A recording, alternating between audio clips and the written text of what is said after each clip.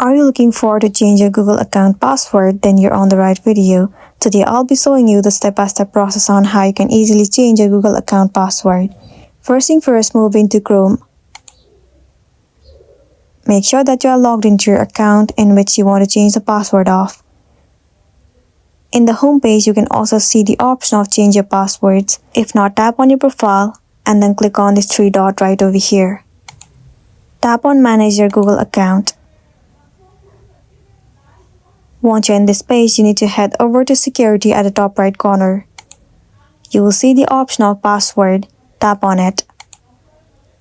Wait for a while for it to load. Now you need to enter the password of your Google account first. Once you have entered your password, tap on next. Wait for a while. And there you go. In this page, you will be able to change your password. Firstly, enter the new password in this section and then enter the confirmation password. Once done, click on change password and then your Google password will be changed and then you'll be good to go. So that's the end of the video. If this video really helped you, give it a like and check out our next tutorial. Thank you.